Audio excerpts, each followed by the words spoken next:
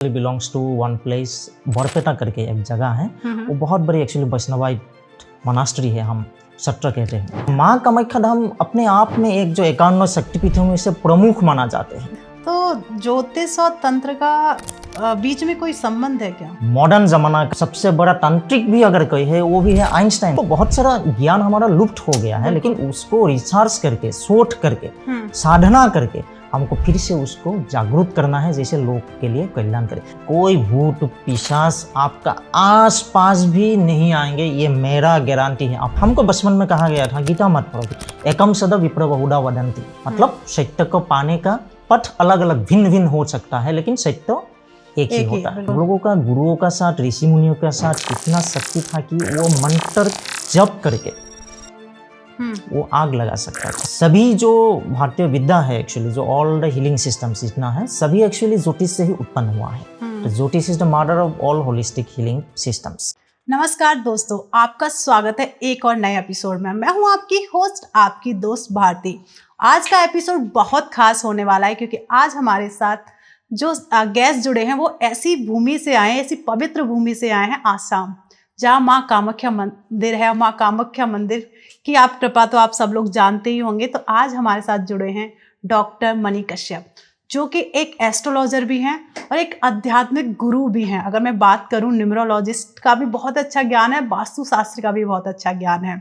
और सर, सबसे इंटरेस्टिंग बता दूं मैं आपको, सर पास्ट लाइफ हीलर भी हैं। तो आज हम सर से जानेंगे माँ कामाख्या मंदिर और उस भूमि के रहस्यों के बारे में। तंत्र, अध्यात्म, कहते हैं ना कि आसाम को तंत्र का, अध्यात्म का केंद्र माना जाता है। तो मैं स्वागत करती हूँ डॉक्टर मणि कश्यप जी का अपने इस शो पे। स्वागत है सर आपका। नमस्कार। आप यहाँ आए, बहुत बहुत दिल से धन्यवाद आपका। और एक छोटा सा हमारे व्यूअर्स का अपना इंट्रोडक्शन दे दीजिए सर, प्लीज। जी, नमस्कार प्रिय दर्शकों, जय माँ कामाख्या। मैं आया हुआ हूँ ऐसा एक पवित्र भूमि से जहाँ पे माँ कामाख्या देवी का आशीर्वाद है। माँ कामाख्या देवी का पावन धरती आसाम से आया हुआ हूँ। तो आप सभी का सामने आके और इधर में आपका सामने बैठ के हम थोड़ा बहुत आलोचना करेंगे, डिस्कशन करेंगे आध्यात्म का बारे में। और माँ कामाख्या नाम सुनते ही आदमी का, मनुष्य का मन भक्ति भाव से, आध्यात्म भाव से जुड़ जाते हैं। बिल्कुल। तो और उधर उसी भूमि का एक बहुत खास बात भी है बहुत, जैसे आसाम का नाम आते हैं, माँ कामाख्या का नाम आते हैं, तंत्र मंत्र का नाम आता है, बात आ जाते हैं। और उसी का भी, उसको क्या तंत्र मंत्र होता था, आसाम से तंत्र मंत्र सीख के आपको हम बताएंगे कि आसाम से सुदूर लंका से रावण ने अपने पुत्र को तंत्र सिखाने के लिए आसाम भेजा हुआ था। तो ऐसे बहुत ही रोचक बातें, मनमोहक बातें आप लोगों का सामने रखेंगे। बिल्कुल, क्योंकि आज बहुत रोचक होने वाला है। कह सकते हैं कि आज आप वो रहस्य जानने वाले हैं जिनके लिए आप कहीं ना कहीं किताबों में ढूंढते हैं, गूगल पे ढूंढते हैं। तो आज हम सर के द्वारा उन रहस्यों को जानेंगे। तो मैं सर से पूछना चाहूंगी, सर आसाम को तांत्रिक विरासत माना जाता है, जैसे तंत्र मंत्र, जैसे आपने कहा कि रावण के पुत्र वहां गए थे। तो माँ कामाख्या जो मंदिर है, वहां पे तंत्र का क्या महत्व है? क्या इससे हम जैसे लोगों की लाइफ में कोई असर पड़ता है सर? जरूर। ये बात हम पहले एक बात बोल लेते हैं। जो आसाम है, आसाम है महाभारत का महाअंग था जी। महाभारत में आप देखें तो आसाम का नाम था क्या, प्राग ज्योतिषपुर करके कहा जाता था। इसमें से राजा भगदत्त, एक्चुअली वो कौरव का पक्ष में था, तो प्राग ज्योतिषपुर नाम था। प्राग ज्योतिषपुर नाम का अर्थ क्या है? प्राग मतलब पूर्व, ज्योतिष तो सब लोग जानते हैं, पूर्व है अंचल, मतलब पूर्व का ज्योतिष का केंद्र बिंदु अंचल। तो पूरे भारत का जो ज्योतिष का एक जो हम लोग का लिगेसी है, एक हेरिटेज है, उसी का केंद्र बिंदु था आसाम। तो उसका पुराना नाम था प्राग ज्योतिषपुर। और उसी में ही माँ कामाख्या धाम ठहरती है, पवित्र भूमि। तो माँ कामाख्या धाम अपने आप में एक जो 51 शक्तिपीठों में से प्रमुख माना जाते हैं। देश का भिन्न प्रांतों में 51 शक्तिपीठ है, इसमें से जो प्रमुख है, माँ का जोनीपीठ जो है, शक्ति केंद्र जो है, वो आसाम में था, माँ कामाख्या धाम में। जैसे हम जानते हैं कि ये शक्ति जो मूलाधार चक्र जो है, वो मूलाधार चक्र से जो शक्ति का उत्पन्न होता है।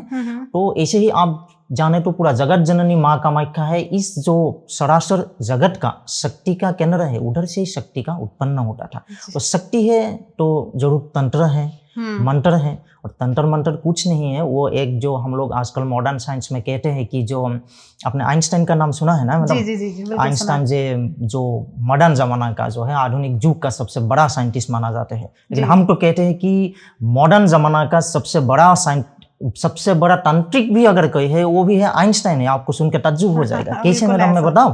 जी बताइए सर, मैं आप जानना सुनिए चाहूंगी। मैडम, आइंस्टाइन ने क्या कह के गया है, E=mc²। ये है अभी शक्ति और जो फिजिकल मैटर और एनर्जी को कैसे हम कंपन जो है वाइब्रेशन है उसको हम कैसे एनर्जी तक लेके जा सकते हैं। E=mc²। तो M होता है मैटर, मैटर मीन्स भौतिक जो चीज होता है। और तंत्र क्या होता है? तंत्र है जो भौतिक चीजों से आप जो साधना करते हैं वो होता है तंत्र। और मंत्र क्या होता है? आपको जो शब्द ब्रह्म, हमारा वैदिक सनातनी संस्कृति ने कहा है शब्द का ब्रह्म माना गया है, एनर्जी माना गया है, ठीक है ना। तो शब्द ब्रह्म होता है सी कंपन। तो ये जो तंत्र और मंत्र M और C² जो कहते हैं मतलब कंपन का ये है। तो ये भौतिक पदार्थ और जो कंपन एक साथ जुड़ जाते हैं तब शक्ति का उत्पन्न होता है। तो वही होता है तंत्र मंत्र का सबसे बड़ी रहस्य। और माँ कामाख्या धाम से हम बताते हैं कि पुराना जो हम लोग का प्राचीन भारत है, प्राचीन भारत को विंध्य पर्वत को लेके, विंध्य पर्वत का क्यों लिया हुआ था? वहां पे ट्रॉपिकल लाइन ऑफ कैंसर जाता था। तो विंध्य पर्वत को लेके 3 भागों में भागा हुआ था। ठीक है। क्रांता बोलता था। क्रांता मीन्स एक अंचल। तो पूर्व का जो अंचल है वो है विष्णु क्रांता। तो विष्णु क्रांता का 64 तंत्र शास्त्र है इसको। तो इस 64 तंत्र शास्त्र सारा का सारा कामाख्या धाम में मिलते हैं, कामाख्या पीठ से उत्पन्न होता है। तो जितना भी तंत्र है, सही तंत्र क्या है? और कामाख्या तंत्र का एक बहुत बड़ी खासियत ये है कि तंत्र मंत्र कोई किसी को, हमको गुरु ने सिखाया गया है कि आपको तंत्र करना है, पहला चीज आपको क्या होना पड़ेगा? मन में कपट भाव नहीं होना चाहिए। बिल्कुल। तो जो तंत्र का भाव में आदमी लोगों का गलतफहमी है, और कुछ लोग कामाख्या तंत्र को लेके एक्चुअली पूरे भारत में कुछ गलतफहमी फैला भी रहा है। तंत्र मंत्र कोई किसी को कोई हार्म करने के लिए, किसी को क्षति करने के लिए कोई तंत्र मंत्र नहीं होता है। ये जन कल्याणकारी, लोक कल्याणकारी एक विद्या है। और माँ कामाख्या धाम का तंत्र वही है, लोक कल्याणकारी, जगत कल्याणकारी। बिल्कुल सही बात है। कहीं ना कहीं तंत्र को लेके एक भ्रमिति है लोगों के मन में कि तंत्र गलत चीजों के लिए किया जाता है। जैसे अभी आपने बताया कि तंत्र गलत चीजों के लिए नहीं, जन कल्याण के लिए किया जाता है। अगर मन में कपट भाव है, गलत चीज करना है तो आपका मन में कपट भाव होना पड़ेगा। लेकिन हमको गुरु ने क्या सिखाया गया है तंत्र का, और तंत्र में भी ये कहा गया है कि अगर आपका मन में कपट भाव है तो आपका तंत्र कुछ काम नहीं करेगा। आपने अपने स्वार्थ सिद्धि के लिए तंत्र का यूज किया है तब तो आपका तंत्र कुछ काम नहीं करेगा। बिल्कुल सर, जैसे मैंने कई बार सुना है कि कामाख्या जो मंदिर है वहाँ पे एक अलग ही ऊर्जा है, अगर कोई भी जाता है तो उसे एक अलग अनुभूति होती है, एक ऊर्जा। तो क्या ये सही है? मतलब क्या वो लोग सही बताते हैं या ऐसी ऊर्जा है क्या वहाँ? जरूर आप भी आइए, और जो लोग गया हुआ है वो लोग अपने आप महसूस किया हुआ है। जी जी, मतलब काफी लोग ये एक आप अगर देखें तो एक्चुअली ये जोनी पीठ है, थोड़ा सा अंदर जाना पड़ता है। लेकिन आप पूरी कामाख्या धाम का जो वातावरण में आप लोग आप ध्यानस्थ होके माँ कामाख्या जगत जननी का आप नाम जब भी करेंगे ना, अपने आप एक बहुत ही एक ऊर्जा आप अनुभव करेंगे। आपका जो निगेटिविटी है वो अपने आप खत्म हो जाएगा। और मैंने देखा है माँ ने जब बुलाया हुआ है अब तब भी जा सकता है। बहुत लोग ऐसा है गुवाहाटी में गया हुआ है जो उसका उद्देश्य था कि जब माँ कामाख्या का दर्शन करेंगे, लेकिन उसी में गया है ऐसे कुछ कुछ कामों में और कुछ कुछ अलग जंजालों में फंस गया है कि माँ कामाख्या का दर्शन नहीं हो पाया है। ऐसा भी बहुत बात हुआ है। लेकिन शुद्ध मन से अगर माँ को पुकारा हुआ है, माँ को भक्ति भाव से पुकारा हुआ है, माँ ने जरूर बुलाते हैं और आपका मन कामना जरूर पूर्ति करता है। माँ कामाख्या का एक बहुत बड़ी खासियत ये भी, आप जो भी शुद्ध मन से माँ को पुकारते हैं, माँ का आगे में आपका जो अभिष्ट है, जो विश है, वो माँ का सामने अगर रख देते हैं, क्योंकि माँ तो ऐसे भी दयालु होता है। बिल्कुल सही बात। तो माँ का सामने अगर आपने अभिष्ट रख दिया है, आपको जरूर सिद्धि करता है। वो माँ भगवती का, माँ कामाख्या का आशीर्वाद है। बिल्कुल, कहते हैं ना जैसे ही माँ कामाख्या का नाम आता है तो मैं तो मतलब कभी मुझे यही लगता है कि माता पता नहीं कब बुलाएंगी। अभी तक मेरा तो जाना नहीं हो पाया, पर आपसे यहाँ बात करते हुए एकदम वही फीलिंग आ रही है कि अब शायद मैं जाने का मौका मुझे मिलेगा। आप जरूर आएंगे, जल्दी ही आएंगे, मुझे पूरा जैसे अगर मैं मनी सर बात करूं, तंत्र मंत्र एक वैज्ञानिक आधार क्या है? जैसे तंत्र और मंत्र का वैज्ञानिक आधार क्या है, और यह केवल आस्था है या इसके पीछे कोई तर्क भी है? वो एक बात आप देखिए जी, कोई भी चीज है जो भारतीय सनातनी वैदिक संस्कृति का कोई जी, भी जी, ज्ञान है, ज्योतिष बोले, तंत्र शास्त्र बोले, वास्तु शास्त्र, कोई भी ज्ञान है, कोई भी ज्ञान का धारा जो है वो आस्था से जुड़ा हुआ इसलिए है। अगर आपका आस्था नहीं है, भक्ति नहीं है, अब कोई भी कर्म भी कर रहा है ना, उसको भक्ति पूर्वक अगर नहीं कर रहा है, अब devotionally if you are not doing, आपको सक्सेस नहीं मिलेगा। और सक्सेस मिलेगा भी तो आपको खुशी नहीं मिलेगा, संतोष नहीं मिलेगा। बिल्कुल। ठीक है ना। तो जो हम काम कर रहा है, अगर हैप्पीनेस नहीं है, आज का युग में जो दिखाया जा रहा है, सब लोग है, कोई भी काम कर रहा है, बहुत पैसा भी शायद कमा रहा है, लेकिन हैप्पीनेस नहीं है। क्यों नहीं है? क्योंकि वो आस्था नहीं है, भक्ति नहीं है। तो आस्था होना बहुत जरूरी है। बिल्कुल। लेकिन जब बात आएगा कि वैज्ञानिक भित्ति है कि नहीं, क्योंकि वैज्ञानिक भित्ति होना पड़ेगा तभी तो वो काम करेगा। जो चीजें आज से कम 5000 सालों से चल रहा है, उसका जरूर कुछ ना कुछ वैज्ञानिक भित्ति है। लेकिन हम लोगों का जो कुछ जियो पॉलिटिकल कुछ कारण से, कुछ राजनीतिक कारण से, कुछ अलग कारणों से हम लोगों का, आपको जान के, एक बात जान के आपको ताज्जुब हो जाएगा। आपको 1249 1249 इसमें किया हुआ है जो बख्तियार खिलजी ने, अब नालंदा का जो लाइब्रेरी है, नालंदा का लाइब्रेरी को एक्चुअली वो लोग जला कर दिया। तो इसमें जो लाइब्रेरी का जो आग था, जो जलने का आग है, वो कितने दिन तक जल रहा था आपको पता है? नहीं। वो 3 महीने तक लगातार जलते रहा। तो आप सोच लीजिएगा कितने ज्ञान का भंडार हम लोगों का पूरा जगत के लिए, पूरा चिरंतन काल के लिए वो नष्ट हो गया है। तो बहुत सारा ज्ञान हमारा लुप्त हो गया है, लेकिन उसको रिसर्च करके, शोध करके, साधना करके हमको फिर से उसको जागरूक करना है, जैसे लोग के लिए कल्याण करे। जैसे हमको पहले बता दिया, आप तंत्र का ही बात करें, ज्योतिष का जो वैज्ञानिक भित्ति है, इसके लिए हम थोड़ा बाद में आएंगे। तंत्र का बात कहते हैं तो हम इसे तो बोल ही दिया है, जो फिजिकल मैटर्स है, वो फिजिकल पार्ट जो है वो तंत्र, जो वाइब्रेशनल जो पार्ट है, कंपन जो बोलते हैं, जो वाइब्रेशनल पार्ट जो है वो मंत्र करते हैं। तो तंत्र और मंत्र एक साथ हो जाते हैं, उसी में एनर्जी आ जाते हैं। इक्वलिटी MC² हम पहले ही बोल दिया है। तो हम लोगों का गुरुओं का साथ, ऋषि मुनियों का साथ इतना शक्ति था कि वो मंत्र जप करके वो आग लगा सकता था, आग को बुझा सकता था, बारिश ला सकता था। तो ये सभी लेकिन लोक कल्याण के लिए होता था आपको। और ये ऐसा नहीं है कि बहुत ही पुराना काल में हुआ था। आप सुनिएगा कि हम लोगों का एक संगीत का मशहूर जो है तानसेन जी क्या करता था, संगीत का जरिए वो बारिश वर्षा राग है ना, जो बिल्कुल, वो भी तो एक तंत्र का हिसाब से ही है। तो ऐसा काफी है वैज्ञानिक भित्ति। तो ज्योतिष और तंत्र का बीच में कोई संबंध है क्या? जरूर संबंध है। सभी जो भारतीय विद्या है, एक्चुअली जो ऑल द हीलिंग सिस्टम्स जितना है, सभी एक्चुअली ज्योतिष से ही उत्पन्न हुआ है। तो ज्योतिष is the mother of all holistic healing systems.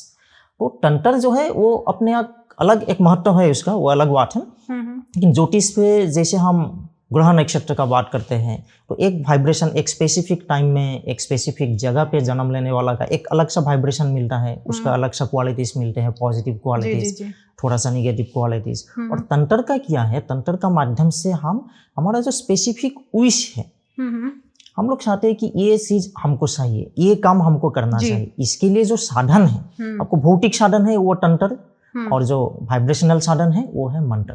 कुछ चीजें हैं जो छोटा चीज है, वो आप मंत्र या तंत्र कोई एक साधन से भी कर सकते हैं। किसी के लिए दोनों का एक साथ होना बहुत जरूरी है। जैसे कुछ बातें हम आपको जैसे बोल दिया है, ये काम करना है, मंत्र का हिसाब से बोल दिया है, उसी से ही काम हो जाएगा। और कुछ काम ऐसा है कि आपको बोलना भी पड़ेगा, काम करके सिखाना भी पड़ेगा, तब भी वो काम करना पड़ेगा। वो तंत्र मंत्र तब दोनों एक साथ आ गया है। जी। तो जैसे ज्योतिष में राहु और केतु को एक ग्रह की उपाधि दी गई है, और वैज्ञानिक तरीके से देखा गया कि राहु और केतु को ग्रह नहीं माना जाता है। तो इस पे आपके क्या विचार हैं? बहुत बड़ी अच्छी बात आपने लिया है। एक बात है कि ग्रह हम किसको कहते हैं? जो मेरा काम का है, मेरा मतलब पृथ्वी का, पृथ्वी के लिए जो काम है, जो काम में आने वाला महाजागतिक जो चीजें हैं, उसको हम ग्रह का नाम दिया हुआ था। आपने पूछा, आपने बोला है राहु केतु, लेकिन उसी हिसाब से देखा जाए जो सूर्य जो है रवि, तो रवि को भी हमने क्या कहा था, ग्रह कहा था। उसको आजकल कहते नक्षत्र कहते हैं जी। लेकिन राहु केतु भी आप देखें, राहु केतु प्लैनेट्स नहीं है। ज्योतिष में भी राहु केतु को कभी ग्रह नहीं कहा है, वो साया ग्रह, उपग्रह माना गया है। उपग्रह जी। आप अगर विष्णु पुराण का और भगवत पुराण का भी बात देखे, जो अमृत मंथन का बात आते हैं ना, अमृत मंथन से बोला जाते हैं ना, जो राहु केतु का सृष्टि हुआ है, भगवान विष्णु ने सुदर्शन चक्र चलाया, एक पार्ट हो गया राहु, एक पार्ट हो गया केतु, और कुछ ये इसके बाद क्या बोला है विष्णु ने, वो दोनों ने एक साथ अपोजिट रहेंगे, तो बीच बीच में छुरी होगा और चंद्रमा को तुम खा सकते हैं। तो वो कहीं ने साइंस ने जो बोला हुआ है, राहु केतु का कारण चंद्र ग्रहण होता है और सूर्य ग्रहण होता है जी।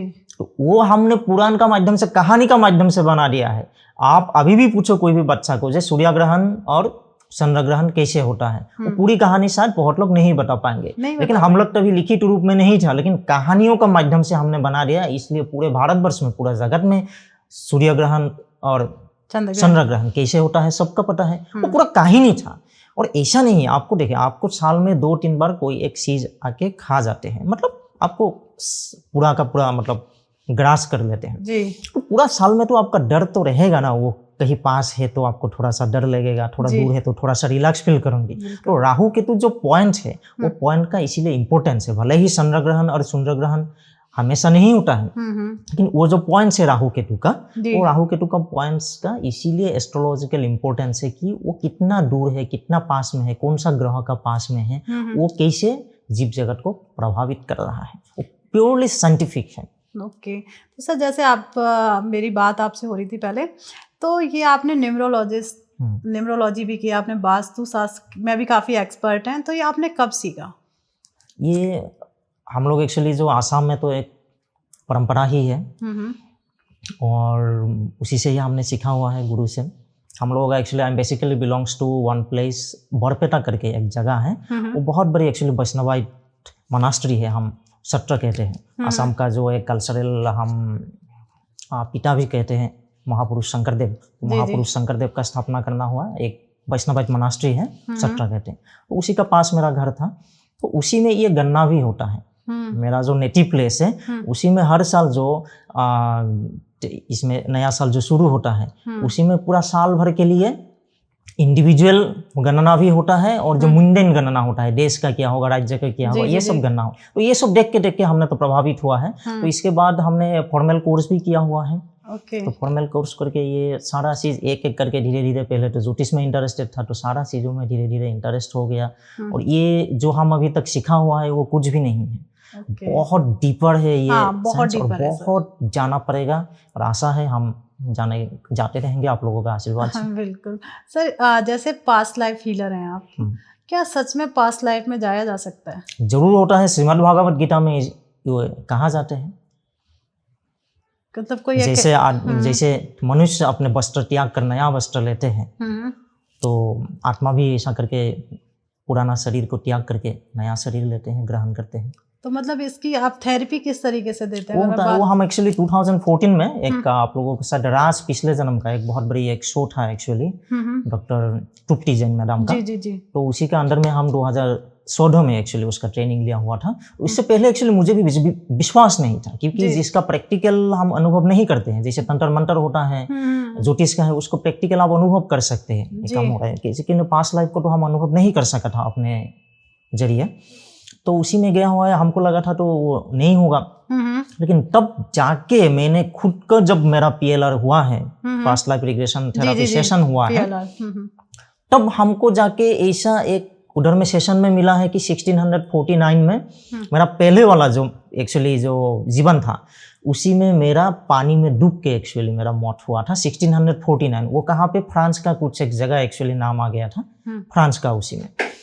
तो उसी समय ये PLR का सेशन का समय मुझे ये देखा, सन दिखाई दिया, जगह दिखाई दिया। फिर जब सेशन से हम बाहर आया है, हमने वो खत्म होने के बाद गूगल सर्च किया है, मैडम खुद ही बोला है गूगल सर्च कर लीजिए, गूगल सर्च कर लिया। उसी में फ्रांस का कुछ एक जगह है, उसी में 1649 में सच्ची में प्रलय हुआ था, और पानी इतना बढ़ गया था, मतलब 12 फीट तक बढ़ गया था। तो उसी में मेरा जन्म, और आप जानकर ताज्जुब हो जाएगी, तो मेरा बचपन से पानी से डर है, अभी भी मुझे स्विमिंग नहीं आते हैं। तब से मेरा डर थोड़ा कम हो गया, वो अलग बात है। तो इसे फोबिया टाइप का था मेरा, ठीक है ना। अभी फोबिया कम हो गया, जैसे मुझे पता चला कि मुझे क्यों पानी के लिए डर था। अच्छा, वो पहले जन्म में मुझे पानी में डूब के मर गया हुआ था। तो अभी भी मुझे, आप एक बात देखिएगा, जो पिछले जन्म का तो है ही है, पिछले जन्म का जिसको बहुत डांटा हुआ है आदमी को ना, वो अभी भी ऐसा माथा ऐसा थोड़ा ऊपर करके बातें करने के लिए अभी भी उसको संकोच होगा। आप देखा है ना, बहुत सारा नीचे माथा रख के बात करते हैं। उसको पिछले जन्म में बहुत डांटा हुआ, मतलब उसको माथा ऊंचा करके बोलने का वो भूल ही गया हुआ है। और आप पिछले जन्म तो छोड़ दीजिएगा, इस जन्म में भी आप एक चीज को आप एक कल्पना कीजिएगा, आप एक थका हुआ बाप, ठीक है, काम उप करके वो थका हुआ बाप घर में आया हुआ है, थोड़ा फ्रस्ट्रेटेड है, और घर में घुस गया, अपने बच्चा वो हाथ ऐसा करके, बच्चा लोग आते हैं ना, छोटा बच्चा होगा तो हाथ ऐसा करके पिताजी या पापा या ऐसा करके आया है, तो बाप थोड़ा गुस्सा में है, बाप ने उसको देखा नहीं है, जाओ ऐसा करके दे दिया है।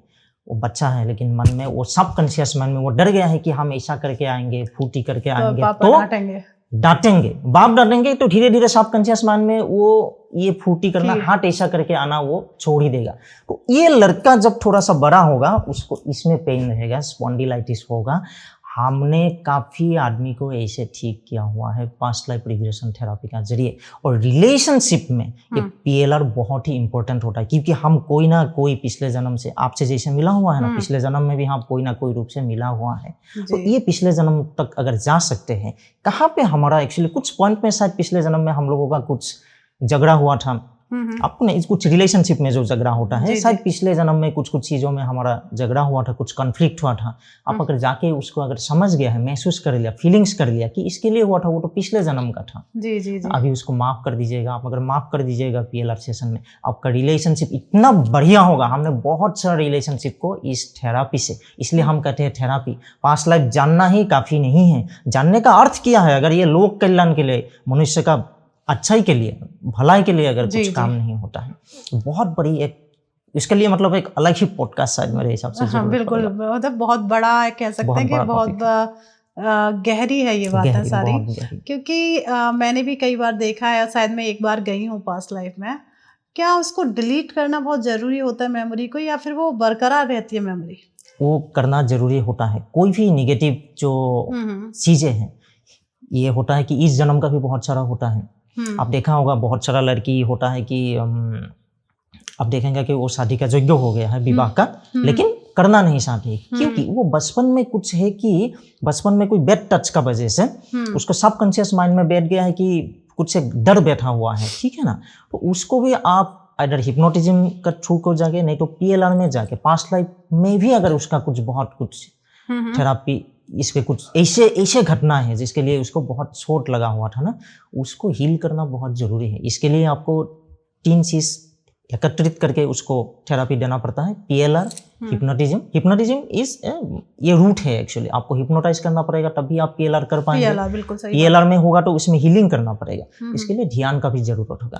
अगर आप सही तरीके से आप ध्यान भी कर रहा है हर चीज को, कली युग में सबसे बड़ा हीलिंग थेरापी है ध्यान। आप ध्यान करोगे तो अपने आप आपको जो मन में हो शांति मिलेगा। जितना घाव है ना, जितना आघात है, वो आघात धीरे धीरे हीलिंग होगा और आप बढ़िया से कर जाएंगे। और इसके लिए PLR आप कहीं गुरु का साथ, PLR थेरापिस्ट का साथ ये करेंगे तो आपका एक ही दिन में ये काम, हम जो बोलते हैं कि चुटकी में खत्म हो जाते हैं, आपको चुटकी में हो जाएगा, एक नया जीवन मिल जाएगा। नहीं बिल्कुल, क्योंकि एक मेरा खुद का ही एक एक्सपीरियंस है कि वो शायद मैंने डिलीट नहीं किया, तो मैं आज भी PLR से डरती हूँ, मैं पर्सनली बताऊँ। अच्छा। तो कहीं ना कहीं वो चीज़ मुझे शायद मैंने कई जन्म देखे थे, तो एक ट्रॉमा टाइप का है जो मुझे आज भी याद रहता है। वो एक्चुअली क्या होता है, शायद हो सकता है पिछले जन्म में इसके हम up to 14th past life तक जा सकते हैं, 14th number of past times. इसमें कोई ना कहीं में होगा। तो धीरे धीरे शायद कभी किसी का होता है कि एक दिन में इतना जाना पॉसिबल नहीं होता है, तो इसके लिए शायद 2-3 कुछ सेशन करना पड़ेगा, लेकिन पूरा का पूरा हीलिंग इज पॉसिबल। और मुझे पूरा विश्वास है आपका भी हीलिंग हो जाएगा। और आप ऐसे भी आप मेडिटेशन करते भी हैं, मेडिटेशन जो करते हैं वही लोग जा सकते हैं। मेडिटेशन करेंगे, आपको थोड़ा सा समय लगेगा, लेकिन you will be healed, it's my confidence. बिल्कुल, थैंक यू।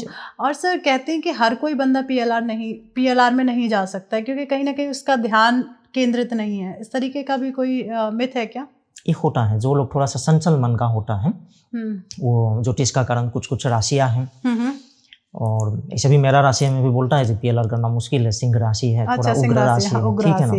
लेकिन थोड़ा हम तो मेडिटेटिव स्टेट में है बचपन से ही, तो हो जाते हैं, वो अलग बात है। लेकिन PLR में क्या है, किसी का कोई भी काम, जैसे आप देख लीजिएगा, जैसे गणित होगा, विज्ञान होगा, कोई भी चीज हम सीखते हैं तो कुछ आदमी के यहाँ थोड़ा सा जल्द सीख जाते हैं, कुछ को थोड़ा सा समय लगता है जी। वो गुरु का ऊपर डिपेंड करता है, मेंटर का ऊपर डिपेंड करता है जी जी। तो किसी लोगों को, बहुत सारा आदमी को देखा है, कुछ हम भी सेशन करते हैं, पहला सेशन में बहुत सारा कुछ नहीं होता है, तो हमने तो अभी देख के तो आदमी को पता चल जाता है कि उसको पहला सेशन में PLR नहीं होगा, उसको हिप्नोटाइज करके कम से कम माइंड कैसे स्टेबल किया जाते हैं वो हम करते हैं। उसके लिए किया है थर्ड आई चक्र जो है, अब थर्ड आई चक्र तक आदमी को एक बार लेके आ सकते हैं, क्योंकि उस लोगों का थर्ड आई मतलब कुंडलिनी जो है बहुत ही इम्बैलेंस्ड है, तो कुंडलिनी थोड़ा सा बैलेंस करके पहला सेशन में हम ये करते हैं।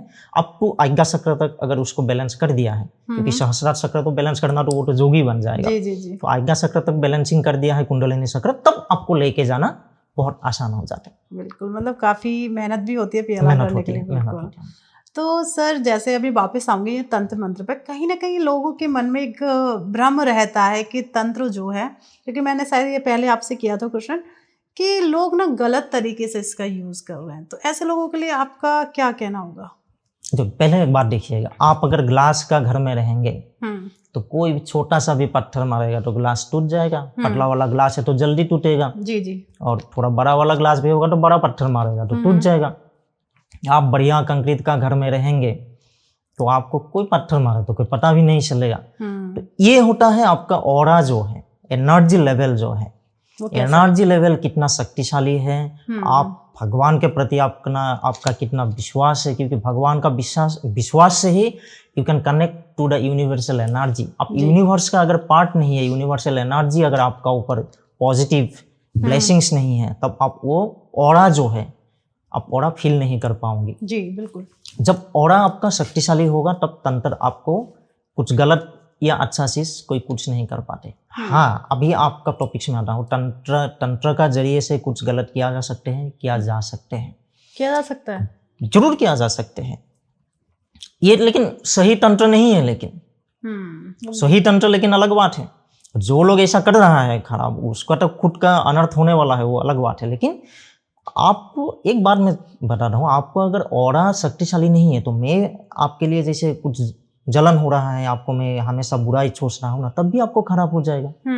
ठीक है ना, नेगेटिव सोचिए, नेगेटिव सोचते वही बात है।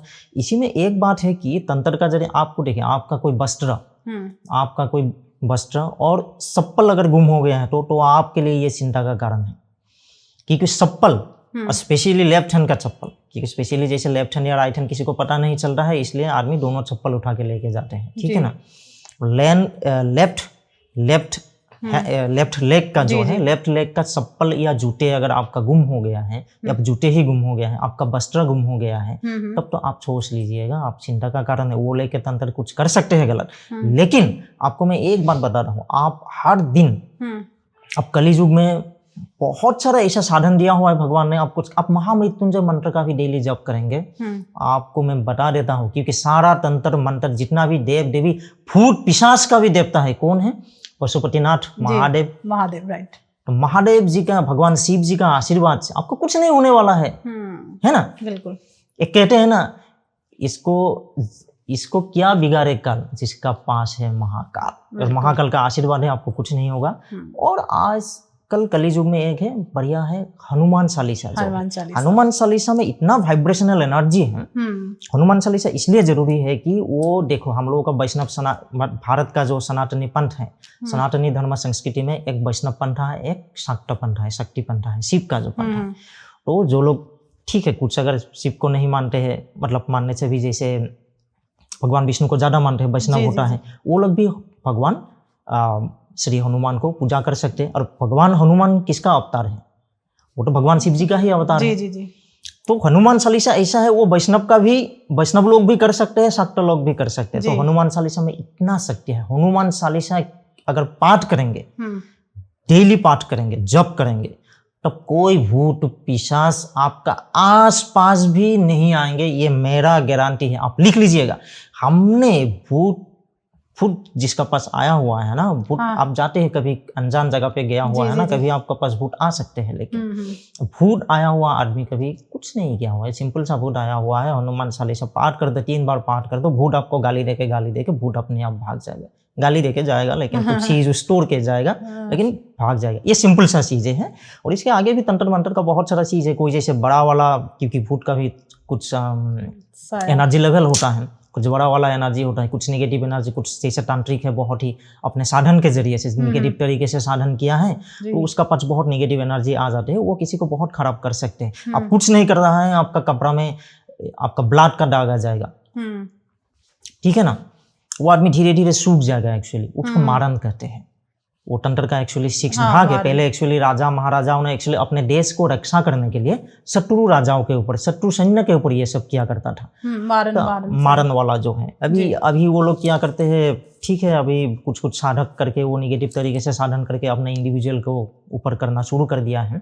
सबका ऊपर तो नहीं होता, हम पहले ही बोल रहे हैं, आप रोज अगर महामृत्युंजय मंत्र या हनुमान चालीसा का जप करते हैं, आपका कुछ नहीं होने वाला है, आप निश्चिंत रहिए, एकदम हंसी खुशी रहिएगा, कुछ नहीं होगा। लेकिन कुछ लोग किसी कारण में जो थोड़ा सा रास्ते से भटक गया हुआ है ना, उसी लोगों का ऊपर कोई कर सकते हैं, उसके लिए थोड़ा सा तांत्रिक साधन जरूरी है। लेकिन एक बात मैं बता रहा हूँ, कोई भी आप ये तांत्रिक जो कुछ अपने आप साधन को, अपने इच्छित, अपने अभिष्ट को पाने के लिए बुरे तांत्रिक उपाय का सहारा मत लेना, वो आपको बहुत बुरी तरह से, आपको बहुत पछताना पड़ेगा। मैं सभी दर्शकों को मैं बोल रहा हूँ, छोटा समय के लिए हो तो आपको लगेगा कि मेरा बहुत लाभ हो रहा है, लेकिन ये आपको पूरा परिवार को नष्ट कर देगा। बुरे तांत्रिक से, बुरे तांत्रिक उपायों से बचते रहिएगा।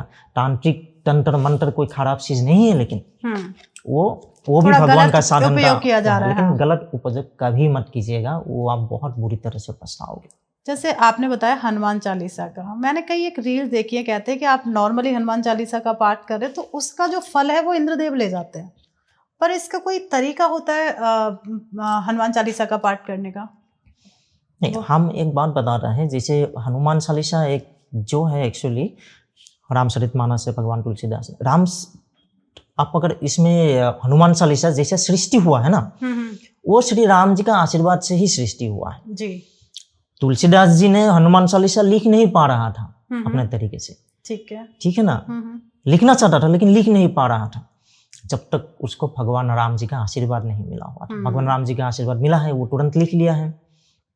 तो ये जो है, आप कोई भी उसको पाठ कर सकते हैं। और जो कहते हैं कि इसका गलत तरीका है, ये है हनुमान चालीसा का कुछ गलत उलट तरीका नहीं होता है, एक ही तरीका है, आप करो, स्वयं वो भगवान हनुमान जी को मिलेगा, राम जी का आशीर्वाद मिलेगा, भगवान का आशीर्वाद मिलेगा, आपको एनर्जी मिलेगा। इसका कुछ कुछ अलग है एक्चुअली, जैसे कुछ बाण होता है, बजरंग बाण है, ये सब थोड़ा थोड़ा अलग अलग तरीका है। लेकिन हनुमान चालीसा शुद्ध रूप से, आप शुद्ध अंतर से, ये कहते हैं कि आप कहीं पे भी हो, ऐसा नहीं है कि आप पूजा स्थल में हैं उसी में ही आप हनुमान चालीसा का पाठ करें, ऐसा नहीं। आप कोई भी जगह पे हैं, आप हनुमान चालीसा का, हनुमान जी का नाम ले सकते हैं। बिल्कुल, एक अलग ही पावर है। जय श्री राम। जय श्री राम। तो जैसे मैं थोड़ा सा, एक मेरा पर्सनल क्वेश्चन है आपसे कि जो माँ कामाख्या देवी मंदिर हैं, तो वहाँ पे है कि माँ हर मंथ जो एक क्या बोलेंगे उससे? मासिक धर्म जो मासिक धर्म, वो एक्चुअली माँ कामाख्या का धाम में वो वार्षिक होता है। हाँ, जो साल में एक बार होता है। क्या वो सच में होता है? होता है, क्योंकि कहीं न कहीं लोगों का होता है कि शायद होता है। आप उसी समय में माँ कामाख्या धाम का धरती में, पूरे आसाम में एक्चुअली बहुत बड़ा एक मेला होता है माँ कामाख्या धाम में, अम्बुबासी मेला कहते हैं हम वो, और देश विदेश से साधु संत जाते हैं, उसको हम मिनी कुंभ कहते हैं। अच्छा, मिनी कुंभ, हाँ सुना है मैंने। वही है, तो आप भी आएंगे कभी, बहुत बड़ी एक पवित्र आध्यात्मिक अनुभव होता है। तो वो वर्ष में एक बार होता है एक्चुअली। तो ये एक्चुअली उसी समय में आप जाएंगे तो जो एक्चुअली माँ कामाख्या का मंदिर किया है नीलाचल पहाड़ी का ऊपर है एक्चुअली, नीलाचल पहाड़ कहते हैं उसको। अच्छा। नील आचल मतलब नील सागर जैसे दिया हो। उसको कैसे लगता है कि दूर से आप देखेंगे, आप ऊपर से देखेंगे तो उसको क्या है, आसाम का जितना भी हिल्स है ना, it's slightly blue actually. Assam को इसलिए कहा जाता है कि red reverse and blue hills, ठीक है ना। बहुत सुंदर रिवर होती है। रेड होता है और पहाड़ ब्लू होता है। रेड क्यों होता है वो भी हम बोलेंगे, पहाड़ से एक्चुअली लाल माटी होता है। हमारा इधर का पहाड़ जो पत्थर से होता है ना, उधर का पहाड़ एक्चुअली थोड़ा सा मिट्टी टाइप का होता है और लाल मिट्टी होता है। तो मिट्टी जब नदी से आते हैं उसको कहते हैं, मतलब वो थोड़ा सा लाल हो जाता है। इसलिए जो हमारा प्रमुख नद है ब्रह्मपुत्र का एक नाम है लोहित। लोहित मतलब लाल रंग का है ना। अच्छा। इसीलिए तो red reverse and blue hills. तो उसी नीलाचल पहाड़ी में जो पानी है एक्चुअली उसी बारिश होता है उसी समय, जून का लास्ट में होता है जनरली, उसी समय में बारिश होता है। तो वो बारिश का उस स्पेसिफिक जो 3 दिन है 4 दिन, उसी समय में ना ये बारिश का पानी जो पहाड़ से गिरते हैं वो लाल रंग का हो जाते हैं। वो माँ का आशीर्वाद है। एक अलग ही मतलब वो एक प्रत्यक्ष रूप से आप अनुभव कर सकते हैं। उसी समय में जो पानी आते हैं, बाकी समय में तो साफ पानी आते हैं। वो स्पेसिफिक डेज में जो 3 दिन का दिन है, उसी समय में नीलाचल पहाड़ी से जो पानी गुजरते हैं वो भी लाल रंग का बन जाते हैं। हमने प्रत्यक्ष अनुभव किया है, और जो लोग माँ कामाख्या का धाम में गया हुआ है वो लोग उसी समय में है, वो लोग सभी ने प्रत्यक्ष रूप से अनुभव किया है। और उसी समय भले ही एक्चुअली पूरा मंदिर बंद रहते हैं, क्योंकि जैसे मासिक धर्म है तो मुख्य मंदिर जो है बंद रहते हैं, लेकिन मंदिर का मुख्य मंदिर है तो मंदिर का जो कैंपस है उसी में और पूरा नीलाचल पहाड़ी में साधु संत से भर जाते हैं। और पूरे आसाम में उसी समय में चाहे वैष्णव हो, चाहे शिवपंथी हो, चाहे शाक्त हो, सभी धर्मावलंबी ने, सभी पंथों ने अपने घर का जो पूजा स्थल है उसको भी कपड़े से ढक देते हैं उसी समय। ये माँ के प्रति आस्था है वो 3 दिन के लिए। असम में और बंगाल का कुछ प्रांत में, नॉर्थ बंगाल में, उत्तर बंग में ये प्रथा है और ये माँ के प्रति भक्ति है सभी प्रकार का। जैसे कोई भी वैष्णव भी है, हम जैसे बोला है ना, वैष्णव लोग है उसको शाक्त पंथा थोड़ा सा ये होता है, लेकिन आसाम में माँ कामाख्या का प्रति इतना भक्ति है। आसाम में वैष्णव पंथा लोग भी अपने जो पूजा स्थल है वो भी ये माँ कामाख्या का जो वार्षिक मासिक धर्म है उसी का समय बंद करके रखते हैं पूजा स्थल। तो आइए कभी, ये बहुत दिव्य अनुभूति है वो। मतलब आपसे भी बात करके एक अलग ही एक ऊर्जा महसूस हो रही है। माँ का आशीर्वाद कि आज सच में वो चीज जानने को मिला। कहीं ना कहीं वो भ्रम सा ही रहता है माइंड में कि क्या सच में ये होता है, क्योंकि हम लोग इधर से बिलोंग करते हैं तो इतना शायद नहीं, पर माँ कामाख्या मंदिर को हम मतलब माता को तो बहुत मानते हैं। तो वहाँ पे कहते हैं कि जो उनका जो वस्त्र होता है वो लाल हो जाता है उस टाइम पे। उसी टाइम जो वस्त्र है वो माँ का गर्भगृह से वो वस्त्र लाल हो जाते हैं। वो वस्त्र मतलब बहुत ही पवित्र माना जाता है और बहुत डिमांड होता है सभी का ऊपर, सबका भक्ति है माँ का ऊपर। कहते हैं कि एक धागा भी उसका मिल जाए तो कुछ भी मिले, अपना अभिष्ट जो है विश करके बढ़िया से पुण्य स्थल में, घर का पुण्य जगह पे रख दीजिएगा, अपना मन कामना जरूर सिद्धि होता है। और उसी समय जो माँ का मंदिर जो वो ये वार्षिक धर्म का बाद जो माँ का मंदिर पवित्र होने का बाद जो खुला जाते हैं, तो उसी समय में भीड़ आपको देखने का मिलता है। और उसी समय में अगर कोई दर्शन हो जाते हैं पूरे 1 महीने तक, 1 महीने का अंदर भी आपको दर्शन हो जाते हैं ना, एक बहुत ही अलग, बहुत ही दिव्य अनुभूति हो जाते हैं।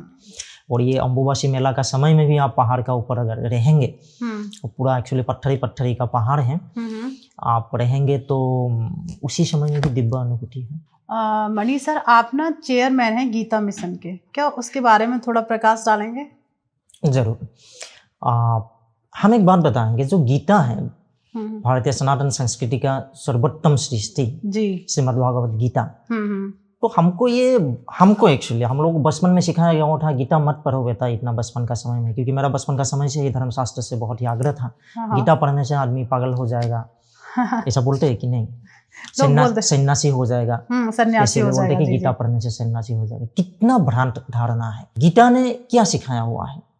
अर्जुन जो अपने कर्म से भाग रहा था, उसको भगवान ने मेंटरशिप के जरिए उसको अपना ड्यूटी करवाया जी। और ड्यूटी क्या होता है? धर्मयुक्त ड्यूटी, धर्मयुक्त कर्म, वही तो ड्यूटी है। बिल्कुल। क्योंकि कुरुक्षेत्र जो था वो तो युद्ध नहीं था ना, वो धर्म युद्ध था, है ना। धर्म क्षेत्र कुरुक्षेत्र, गीता का प्रारंभ भी ऐसा हुआ है, वो धर्म क्षेत्र है। अब देखें तो हमारा जीवन भी धर्म क्षेत्र है, युद्ध क्षेत्र है। और क्या युद्ध क्षेत्र है? धर्म क्षेत्र। क्योंकि धर्म और अधर्म का बीच में लड़ाई है, तो अपने काम के प्रति निष्ठा से उसको करवाया, अधर्म के ऊपर धर्म का जीत दिलवाया है, वही है गीता। लेकिन हमको क्या सिखाया जाते हैं?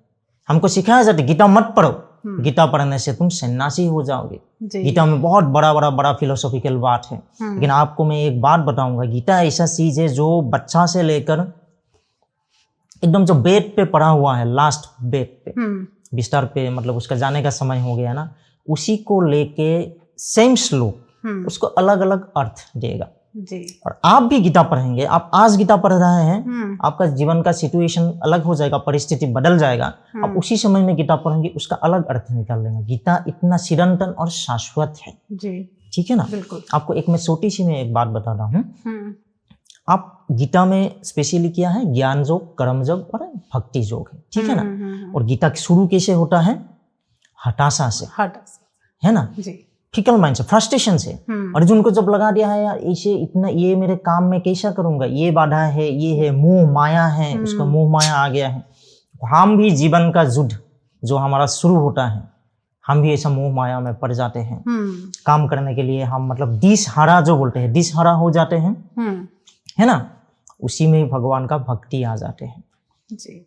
आप भगवान के प्रति, अर्जुन ने क्या किया है, समर्पण किया है, बिल्कुल, भक्ति किया है, समर्पण किया तो भगवान से क्या मिला है, ज्ञान मिला है। भक्ति योग से ज्ञान योग का प्राप्त हुआ है। और जब ज्ञान प्राप्त हुआ है तब अर्जुन ने क्या किया है, धर्म युक्त कर्म किया है। जो करना चाहिए था वो सही ढंग से किया है, बिल्कुल सही कर्म सही ढंग से किया है, ठीक है ना। ये तो है। फल का आशा मत करके, क्योंकि हम लोगों का फ्रस्ट्रेशन की बात है, हम फल का आशा करते पहले से ही कर लेते। पहले से आप अपने कर्म करो ना भाई, सही ढंग से कर्म करो तो आपको जरूर जो अच्छा है वो आपको मिलेंगे। बिल्कुल सही बात है ना। तो इतना छोटी सी, इतना लाइफ स्किल जो हम बोलते हैं ना आजकल, लाइफ स्किल्स का इतना बड़ा मतलब यूनिवर्सिटी का लेवल में भी सिखाया जाते हैं लाइफ स्किल्स। तो दुनिया का सबसे बड़ा लाइफ स्किल्स का ग्रंथ कौन है, शास्त्र क्या है, गीता। वो तो गीता है। लाइफ स्किल ट्रेनर कौन है आजकल, एक बहुत बड़ा motivational speaker, life skill trainer is a $1 billion industry, isn't it. तो आप देखो तो सबसे बड़ा लाइफ स्किल ट्रेनर कौन है, भगवान श्री कृष्ण है, गीता है, श्री कृष्ण का वाणी है, गीता है। तो हम लोग गीता मिशन को ये लेके, क्योंकि हमको बचपन में कहा गया था गीता मत पढ़ो, क्योंकि धर्मशास्त्र से हमारा बहुत आग्रह था, पढ़ाई शुरू किया, गीता पढ़ना शुरू किया है, तो गीता मत पढ़ो, गीता पढ़ने से तुम्हारा लड़का, पिताजी को बोलते हैं कि तुम्हारा लड़का गीता पढ़ रहा है, वो कहीं सन्यासी तो ना बन जाए। लोगों के पहले विचार यही धीरे धीरे हमने ये पढ़ा तो अच्छा लगा। हम आपको अभी हम एक है मेरे पास, ये भी एक दिखा देते हैं कि ये आपको भी दिखा है कि ये गीता ज्ञान कोर्स, ये लेवल 1 है। ओके, इसमें लेवल्स होते हैं, लेवल्स भी होता है, क्योंकि ये बेसिक लेवल्स में हमने इतना जो आकर्षक बातें हैं, जो एक्चुअली फर्स्ट टाइमर को आकर्षित कर सकते हैं, गीता नहीं पढ़ा है इस लोगों के लिए बनाया हुआ है, क्योंकि गीता बहुत बड़ा फिलोसॉफिकल एक्सचेंज भी है। पाश्चात्य का, वेस्टर्न का लास्ट 150 या तो ऐसे आप लोगों का आशीर्वाद में और भी लोग कल्याण के लिए करते रहेंगे। बहुत अच्छा काम किया, 2009 से आप इस काम को कर रहे हैं। तो सर एक और ज्योतिष से रिलेटेड एक मेरा क्वेश्चन है कि एक वैदिक ज्योतिष और एक पश्चिम ज्योतिष कहते हैं, इनमें दोनों में कोई अंतर है क्या? जरूर अंतर तो हम नहीं बोलेंगे, एक्चुअली दोनों ही ज्योतिष है। उसका गणना पद्धति और एक्चुअली देखने का जो जरिया है एक्चुअली वो थोड़ा सा अलग है। और हम लोगों का वेदों में कहा गया है कि वेद है जो विश्व का पहला ज्ञान है, सनातन संस्कृति का भी पहला ग्रंथ है। कहा गया है कि एकम सद विप्र बहुधा वदंती, मतलब सत्य को पाने का पथ अलग अलग भिन्न भिन्न हो सकता है, लेकिन सत्य एक ही होता है। वही है, लेकिन वेस्टर्न एस्ट्रोलॉजी का क्या है, कुछ लिमिटेशन है। अब सिंपल सा बात में हम बोल देते हैं, ज्यादा टेक्निकल बात बोलेंगे तो दर्शक लोगों को शायद समझ में नहीं आएंगे। आपको आप क्या देखते हैं, वेस्टर्न में सन साइन देखते हैं। सन साइन में क्या होता है, आपका राशि का अगेंस्ट में ब्रैकेट में क्या लिखा जाता है कि आपका जन्म अगर इंग्राजी इस तारीख से लेकर इस तारीख तक लगते हैं, लगभग वो 30 दिन का होता है, 30 डेज या 31 डेज का, ठीक है ना। और हम लोगों का जो वैदिक सिस्टम है, इसमें राशिफल में क्या देना जाते हैं, नाम से राशि लेते हैं। नाम से राशि, जी। हमारा राशि जो है वो है चंद्र का राशि। हम देखते हैं आपका जन्म का समय चंद्र कौन सा राशि में था, वो आपका जन्म राशि हो गया है। वेस्टर्न का जो है सन साइन देखते हैं वो लोग। सन साइन में क्या है, जन्म का समय रवि कहाँ पे था, वही आपका सन साइन हो गया। हम लोग भी रवि का विचार करते हैं, हम लोगों का भी रवि होता है, लेकिन हम लोग उसी से राशि फल का विचार नहीं करते हैं। क्योंकि कारण हम बताते हैं, रवि जो है वो 1 महीने तक रहते हैं एक राशि में। जी, जी, जी। तो हम जब एक राशि का जो हम राशिफल बताते हैं तब क्या होता है, पूरा 1 महीने में जन्म लेने वाला व्यक्ति को वो कवर करेंगे। और हमारा जो है चंद्रमा 2.25 डेज, हाँ 2 दिन से थोड़ा सा ज्यादा है, थोड़ा सा ज्यादा है, हाँ वो कवर कर लेते हो। हम लोगों का ज्यादा प्रेसाइज है ना, वी आर अराउंड, हम लोग 12-15 गुण ज्यादा प्रेसाइज है। ये राशिफल ज्यादा प्रेसाइज है, इसलिए अलग अलग सिस्टम भी है। और आपको मैं बताने के लिए मतलब बहुत ही गर्व है कि वेस्टर्न एस्ट्रोलॉजी में जो नक्षत्र का विचार है वो बिल्कुल नहीं है, एक्चुअली एब्सेंट है। ओके। क्योंकि उसको गणना का विकास नहीं हुआ है। भले ही वैदिक ज्योतिष का उत्पत्ति ही हुआ है, उत्पन्न हुआ है कहाँ से? नक्षत्र से जी, ठीक है ना। 27 नक्षत्र है, हाँ, 27 वो कितना एरिया है वो लेके उसको राशि नाम दिया है, अलग अलग 12 राशियां नाम दिया है, ठीक है ना। तो वही वाला बात है, हम लोग ज्यादा प्रेसाइज है, हम लोग ज्यादा मतलब बहुत ही ज्यादा, हम लोग बहुत ज्यादा डीपर स्टेजेस में जाते हैं। वेस्टर्न एस्ट्रोलॉजी इतना डीपर स्टेजेस में नहीं जा पाते हैं, किसलिए? क्योंकि उस लोगों का लिमिटेशन इतना है, ग्रोथ नहीं हुआ है। लेकिन हम लोगों का ऋषि मुनियों ने अपने दिव्य दृष्टि से, अपने साधनाओं से इतना बढ़िया सिस्टम बना के देखे। आपको और एक मेरी बात इसी सिलसिले में मैं बता देता हूँ, क्योंकि मैंने साइकोलॉजी भी मैंने पढ़ा हुआ है, और मैं बेसिकली ये साइंस का स्टूडेंट है, ठीक है ना। और मैंने बचपन में नेशनल चिल्ड्रन साइंस कांग्रेस होता है भारत सरकार का, वो साइंस एंड टेक्नोलॉजी डिपार्टमेंट ने साल में एक विज्ञान फेस्टिवल होता है जहाँ पे बाल वैज्ञानिक साइल्ड साइंटिस्ट का अवार्ड देते हैं। तो मैं नेशनल लेवल में 2 बार साइल्ड साइंटिस्ट का अवार्ड मिल चुका था मेरा स्टूडेंट्स लाइफ में। और साइंस का स्टडी, और मैं फिजिक्स का स्टूडेंट्स था, और साइकोलॉजी भी मैंने बाद में स्टडी किया हुआ। तो साइकोलॉजी में आपको जानकर ताज्जुब होगा, तो मॉडर्न साइकोलॉजी जो है, मॉडर्न साइकोलॉजी में कितना टाइप्स ऑफ पर्सनैलिटीज है आपको पता है? 9 टाइप्स ऑफ पर्सनैलिटीज। और हमने वैदिक ऋषि मुनियों में 5000 सालों पहले बोल दिया है, भाई तुम्हारा ग्रह ये है, तुम्हारा अधिपति ग्रह जो होगा उसी हिसाब से तुमको पर्सनैलिटी मिलेगा। 9 टाइप्स ऑफ पर्सनैलिटी। तो हम बोले तो हमको बोले कि गवार है, अंधविश्वासी है। हम कैसे अंधविश्वासी है बताओ भाई? मॉडर्न साइंस ने हमने जो कह के गया है अभी वो अलग तरीके से, अलग नाम देके सोफिस्टिकेटेड वे में ये कर रहा है। पूरा का पूरा जो वेस्टर्न जो सिस्टम ऑफ नॉलेज है वो वैदिक सनातनी संस्कृति, वैदिक सनातनी ज्ञान का ऊपर प्रतिष्ठित है। भले ही उस लोगों ने रिसर्च करके थोड़ा आगे गया हुआ है, क्योंकि भारत थोड़ा सा झुक गया हुआ था। अभी भारत ने रिसर्च फिर से शुरू किया हुआ है, तो भारत विश्वगुरु बनने के लिए कोई रूप नहीं पाता है। ये सदियों जो है, सदियों का अंत में आप देखिए भारत कितने आगे जाएगा, पूरे विश्व को मार्गदर्शन करेंगे। बिल्कुल सही बात है, कहते हैं हमारे वेदों में ही पहले से ही सब कुछ लिखा हुआ है। सब कुछ लिखा हुआ है। आपको और एक बात मैं बता देता हूँ इसी सिलसिले में। आपको जानते हैं जो heliocentric concept of solar system, heliocentric क्या होता है? जो सूर्य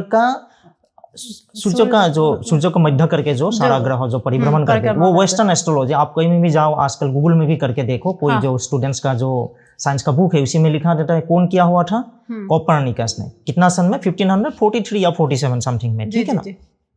तो लगभग आज से कितना 500 साल पहले होगा। लेकिन हमारा वेदों में ये पहला सूक्त में ही लिखा हुआ है, श्लोक में लिखा हुआ है जे सूर्य ही प्रधान है। और उपनिषद में, वेदों में तो ठीक है श्लोक में लिखा हुआ है, छोटा सा करके लिखा हुआ है। उपनिषद में 2500 साल पहले याज्ञवल्क्य करके एक ऋषि है, शतपथ ब्राह्मण एक शास्त्र है, उसी शास्त्र में आप खुल के देखो, चैप्टर बाय चैप्टर बहुत विस्तार रूप से बताया गया हुआ है कि सूर्य ही मध्य में है, उसका सब लोग अंत करके जो सारा जितना ग्रह है, 7 ग्रह एक्चुअली, राहु केतु के उपग्रह है, तो 7 ग्रह पूरा का पूरा परिभ्रमण करते हैं। हम आसाम से आया हुआ है, तो आसाम का भी एक बात बता रहे हैं। आसाम में एक प्रसिद्ध नवग्रह मंदिर है, नवग्रह मंदिर देश का भिन्न प्रांत में है, थोड़ा कम है, 22 नवग्रह मंदिर है। इसमें से जो प्रमुख है आसाम में है एक नवग्रह, तो वो जो है आसाम का एस्ट्रोलॉजिकल हेरिटेज है, उसको भी दर्शाते हैं। ये नवग्रह मंदिर, भले ही अभी का जो मंदिर का स्ट्रक्चर है वो 1700 समथिंग में ये किया हुआ है, तो लगभग ये 400 ईयर्स पुराना है। लेकिन वो मंदिर जो है, पुराना जो मंदिर था वो एक्चुअली आसाम आपको पता है कि भूकंप प्रवण है, भूकंप में थोड़ा सा ये हो गया था, तो नया करके बनाया गया था। वो 400 शताब्दी में, ठीक है ना, लगभग 1700 साल पहले वो मंदिर किया हुआ था। और उस मंदिर में आपको जानकर ताज्जुब होगा, प्लैनेट्स के लिए एक शिवलिंग है एक्चुअली, ग्रह को एक्चुअली एक शिवलिंग का तरह एक्चुअली किया गया। किस स्ट्रक्चर में रखा गया है? आज का जो सोलर सिस्टम का, ठीक है ना, सौर जगत का जो ग्रह का जो स्थिति है, उसी स्थिति का हिसाब से वो रखा गया हुआ है। तो हम बोले तो मंदिर का वाद बोले तो अंधविश्वासी हो जाते हैं, और जब साइंस का बात लेके थोड़ा सा सोफिस्टिकेटेड वे से बोल देते हैं, वाह तालियां बजते हैं। ये कौन सी बात है भाई? मतलब क्या, हमारे ऋषि उन्होंने पहले ही सब चीज खोज कर रखी थी। सही बात है ये तो। जैसे मनीष सर, आप मतलब चीफ एडवाइजर हैं काल भैरव सेना की, तो ये है क्या काल भैरव सेना और किस तरीके से ये काम करती है? सेना आ रही है तो कोई ना कोई काम जरूर करते होंगे आप। जरूर जरूर, उसको सेना का नाम दिया है। बहुत लोग सोचते हैं कि शायद सेना नाम देने से आजकल सोचते हैं कि थोड़ा जंगी टाइप का है कि, लेकिन जंगी टाइप का है कुछ नहीं है। ये एक्चुअली एक सेवा का कार्य करते हैं। काल भैरव सेना वो बाबा काल भैरव का, पशुपतिनाथ का आशीर्वाद है।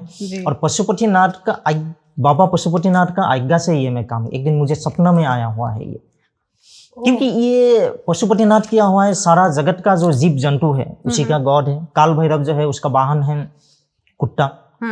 तो जगत का जितना भी जीव है एक्चुअली काल भैरव को माना जाते हैं, रक्षक माना जाते हैं एक्चुअली। काल भैरव जो है रक्षक है एक्चुअली, ठीक है ना। तो हम लोग एक्चुअली जीव जंतु के लिए इंडिविजुअल लेवल में काम कर रहा था। तो I am also an animal activist, animal right activist, animal lovers, और बहुत लोग हैं। तो कुछ कुछ दर्द जो है सहन नहीं होता है। तो एक दिन रात को ऐसे ही कुछ दर्द सहन नहीं हो रहा था, कुछ कुछ चीज़ देख के गया है। भले ही उसको हम कुछ करके हॉस्पिटल में जो है हम करवा दिया है एक्चुअली हेड हॉस्पिटल में, लेकिन फिर भी सहन नहीं हो रहा था। क्योंकि आदमी लोगों का पास वो कंपेशन नहीं है जीव जंतु के प्रति। बिल्कुल, जीव जंतु तो छोड़ो, आजकल तो मनुष्य के प्रति भी आपको आपस में ही कंपेशन नहीं हो गया, घर का सदस्य के प्रति भी कंपेशन नहीं हो गया बिल्कुल। तो उसको कैसे वापस ला जा सके। तो उसी दिन रात सपने में मुझे भगवान शिव जी ने, भगवान काल भैरव जी ने आशीर्वाद दिया हुआ है, आप ये कीजिए। क्योंकि गीता मिशन तो बहुत सालों से हम कर रहा है। ये काल भैरव सेना एक्चुअली नया है कंपैरेटिवली। और उसको क्यों करना पड़ा, क्योंकि ये स्पेशली एनिमल जो जीव जंतु को कल्याण के लिए और रक्षा करने के लिए, सबसे बड़ा है रक्षा करने के लिए। क्योंकि बहुत लोग सोचते हैं कि ये रास्ते में कुत्ता है वो क्या करेंगे, उसका तो कोई नहीं है।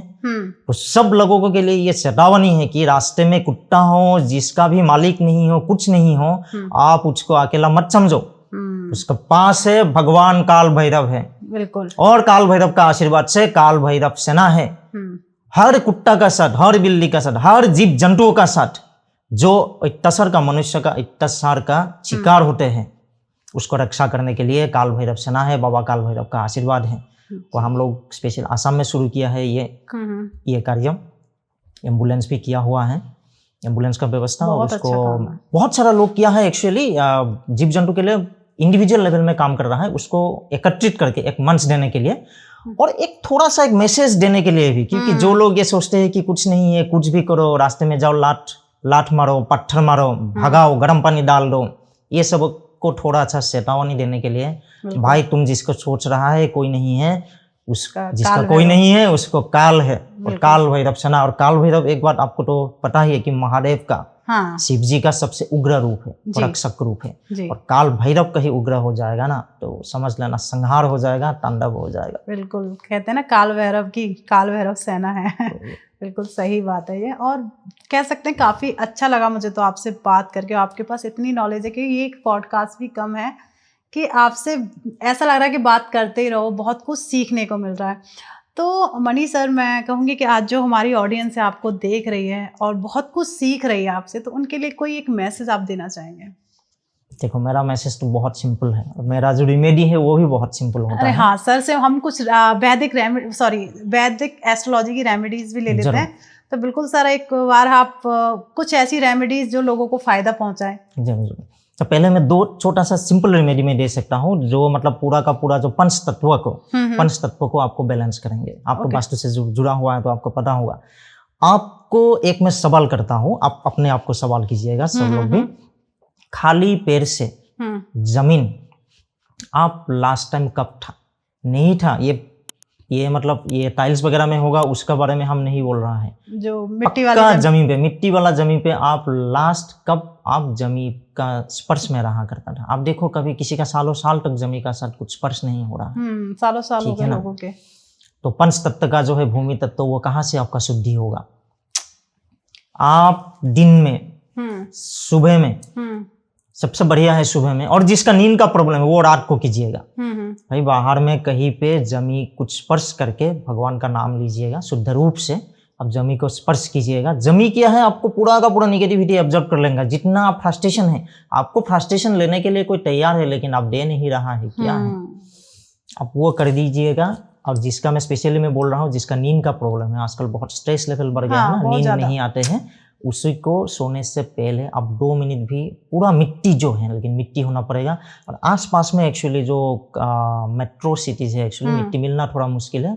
आप कोई मिट्टी का जो टब होता है, मिट्टी का टब में थोड़ा नॉर्मल मिट्टी रख दीजिएगा, उसी का ऊपर में भी आप कर सकते हैं, लेकिन प्लास्टिक या उसी में मत कीजिएगा। धातु का ऊपर भी कर सकते हैं, कोई लोहे का जैसे कोई ये होगा, इसी में आप मिट्टी रख के वो भी कर सकते हैं। मिट्टी के टब टाइप से भी टब टाइप का मिल जाते हैं थोड़ा सा, उसी में लेके उसी में आप 2 मिनट आपको पैर के रखिएगा, फिर सो जाएगा और फिर मुझे बोलिएगा, आप धन्यवाद देंगे भाई वाह क्या बढ़िया नींद आ गया, तो आपका सारा का सारा टेंशन खत्म। बिल्कुल सही। और दूसरा चीज मैं बोल रहा हूँ, आप काम कर रहा है, चाहे बिजनेस हो, चाहे कर्म हो, चाहे कुछ भी हो, आपका विस्तार नहीं हो रहा है, उन्नति नहीं हो रहा है, इसके लिए मैं आपको छोटी सी तरीका मैं बता देता हूँ।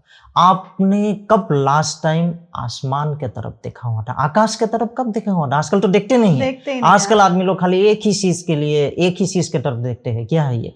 मोबाइल के तरफ। मोबाइल देखते देखते सभी फैमिली का मुंह देखना ही भूल गया है, ठीक है ना। देखेंगे भी तो कभी भूल ही जाते हैं। मतलब 4 लोग भी बैठे तो फोन ही हाथ में होता है।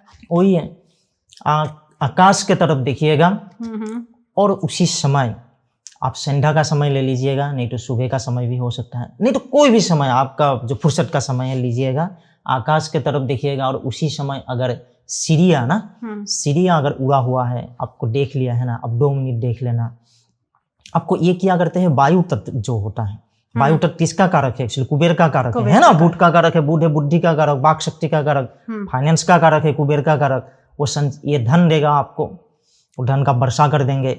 आप शुद्ध रूप से आसमान की तरफ देखिए, जो चिड़िया उड़ते हुए देखा हुआ है, चिड़िया को थोड़ा सा अगर खिला दीजिएगा वो और भी अच्छा हो जाएगा, है ना। थोड़ा दाना देने में क्या जाएगा आपका, कुछ नहीं जाएगा, लेकिन जो आएगा आपका पास बहुत आ जाएगा।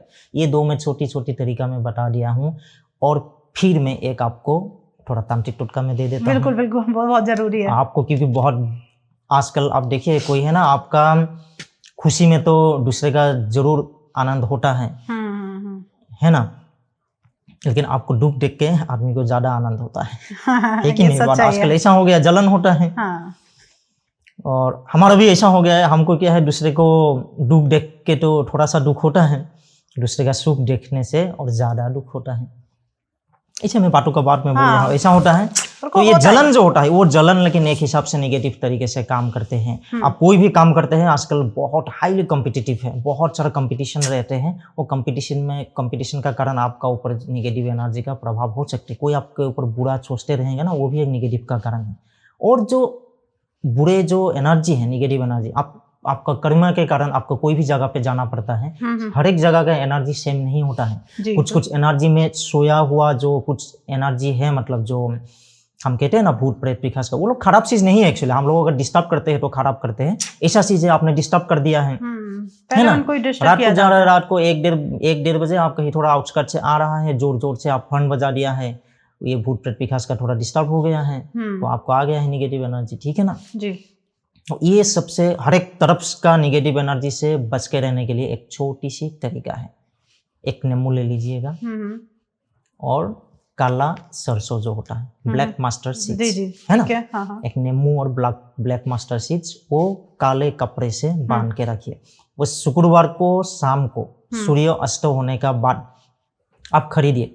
जितना खरीदिए, मतलब थोड़ा ही खरीदिएगा, वो करके वो कपड़ा उपड़ा में बांध के बाहर में ही करके अपना घर में ऐसे ही लेके आओ। शुक्रवार रात को अपने पास रखो, ठीक है ना, ठीक है। और शनिवार दिन भी ऐसा ही रखो। शनिवार शाम को वो बहती हुआ पानी में, याद रखिएगा नदी होना पड़ेगा, बहती हुआ पानी, मतलब बहता हुआ पानी होना चाहिए। हाँ, उसी पानी में आप उतार दीजिएगा और मन का जो विश है, जितना आपको नेगेटिव जाना है निकल जाइएगा, पॉजिटिव जितना आना है वो एक बार बोल दीजिएगा। आप 3 बार बोलिए, पीछे मुड़ के मत देखिएगा और किसी को लेके जाइएगा साथ में, क्योंकि आपको थोड़ा सा चक्कर आना, ठीक है ना। वो आप कर दीजिएगा, वो 4 महीने में एक बार कर दीजिएगा। आपको पूरा 4 महीने के लिए आपको गारंटेड कवच मिल गया है। बिल्कुल, मतलब नेगेटिविटी आपसे दूर हो जाएगी, पॉजिटिविटी आती रहेगी। कोई भी नेगेटिव, वो जो कवच जैसा होता है ना, हम जो कहते हैं आपको कवच हो गया है, कोई भी जितना भी मारते रहेगा आपका कुछ नहीं होगा। आप बिंदास अपना जो एनर्जी है वो अच्छी कर्मों में लगा दीजिएगा। बिल्कुल सही बात है, मतलब कह सकते हैं एक बार आपको रेमेडी करनी है, 4 महीने तक आपको एक कवच मिल गया, फिर कर लो, बहुत आसान रेमेडी है। और एक लास्ट मैसेज हमारे व्यूअर्स के लिए। देखिए, हम सब लोग हम वैदिक ज्योतिष करते हैं, कोई तंत्र पे विश्वास रखते हैं, और जो विश्वास नहीं भी रखते वो भी सनातनी है। कोई भी भगवान को विश्वास नहीं करते वो भी सनातन, अपने आप में तो विश्वास रखते हैं, अपने के ऊपर विश्वास रखना वो भी आत्मा स्वरूप है। तो मन में अगर सच्ची भावना है, हमारा जो गुरु ने हमको सिखाया हुआ है, ज्योतिष का गुरु बोलो, तंत्र का गुरु, सभी ने सिखाया, मन में कपट आचरण लेके आप कहीं पे भी कहीं आगे नहीं जा सकते हैं। बिल्कुल। एक कदम आगे, 2 कदम आगे गया है, लगता है कि हम बहुत आ गया है, लेकिन नीचे में गड्ढा है। तो मन में शुद्ध भक्ति लेके आगे जाइएगा, आप लोगों का सभी का जीवन बहुत सुखद हो, मंगलमय हो, यही मेरा शुभकामना है। बिल्कुल, बहुत बढ़िया। तो कह सकते हैं डॉक्टर मनी सर से आप मिलने के लिए, सर की हम जितने भी डिटेल्स हैं डिस्क्रिप्शन में डाल देंगे, सर का कॉन्टैक्ट नंबर डाल देंगे, और सर से और कुछ सीखना है, गीता के मिशन में आपको जुड़ना है और उसके लेवल्स आप धीरे धीरे सीखते जाइए, बहुत कुछ जीवन में चेंज आएगा। आप मनी सर से मिलिए और सारी डिटेल्स डिस्क्रिप्शन में मिलेगी। उसके लिए देखिए, सबसे पहले आप हमारे भी चैनल को सब्सक्राइब कर लीजिए, सर का भी चैनल है उसे भी जाके आप सब्सक्राइब कर लीजिए और अच्छी अच्छी चीज़ें वहाँ जाके सीखिए। और जो भी आपका कोई क्वेश्चन रहता है या कोई डाउट है, सर से पूछना चाहते हैं, तो कमेंट के द्वारा आप पूछ सकते हैं। और सर का कॉन्टैक्ट नंबर आपको हमारी स्क्रीन पर दिख ही रहा होगा, सर से आप जाके कॉन्टैक्ट भी कर सकते हैं। तो मिलते हैं एक नए एपिसोड में, क्योंकि इस एपिसोड में बहुत कुछ सीखने को मिला है। तो आप अपने जीवन में उस चीज़ को उतारिए और कुछ अच्छा करिए। तो मिलते हैं नेक्स्ट एपिसोड में, जब तक आप अपने घर में स्वस्थ रहिए, मस्त रहिए। जय माँ कामाख्या।